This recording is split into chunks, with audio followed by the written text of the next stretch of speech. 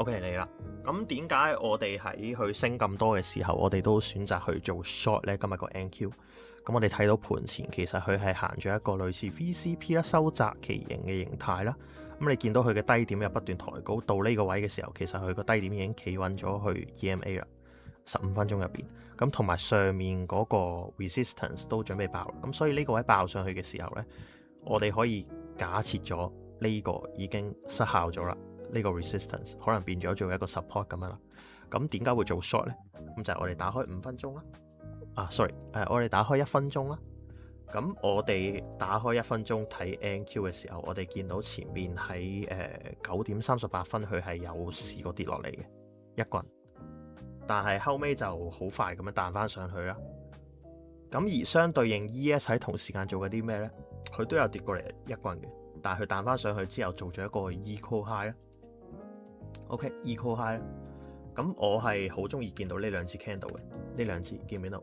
呢度一支，呢度第二支，就係佢有個上影線 top wick 有個上影線，但係個 bottom wick 係好細，基本上係冇嘅。個下影線基本上係好短或者冇嘅。咁見到呢個形態嘅時候呢，我雖然見到 NQ 佢係繼續係一個 high 更加高嘅高點啦，咁但係好似我成日講啦，你入去 Discord Wide Up Concept 都見到啦，望住 ES 嚟做，睇唔明 NQ 就望住 ES 嚟做 ES 睇落去雙頂加埋呢支 candle 嘅 pattern 係做 short 嘅 pattern， 咁所以我就跟住佢下一支去做 follow through 啦。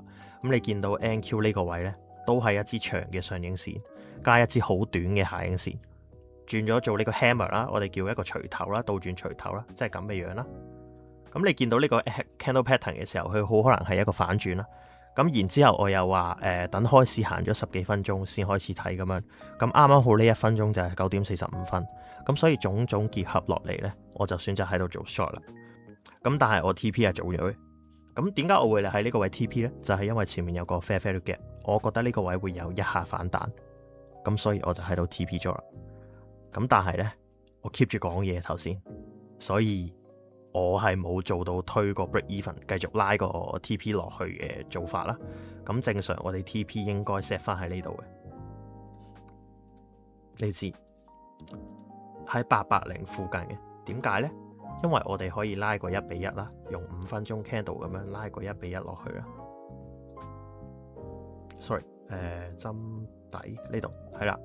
咁你會見到1比1嘅時候會喺880附近呢個位 TP 嘅。咁我哋心理 TP 高少少啦，都係咁，所以係呢啲位 TP 啦。咁你見到所有5分鐘都好大棍咁樣落嚟，係一個 bearish candle，咁所以我就唔建議摸底住，可以等到嚟呢個位睇佢個反應先啦。就係咁樣 short。有冇問題？有冇唔清晰嘅位？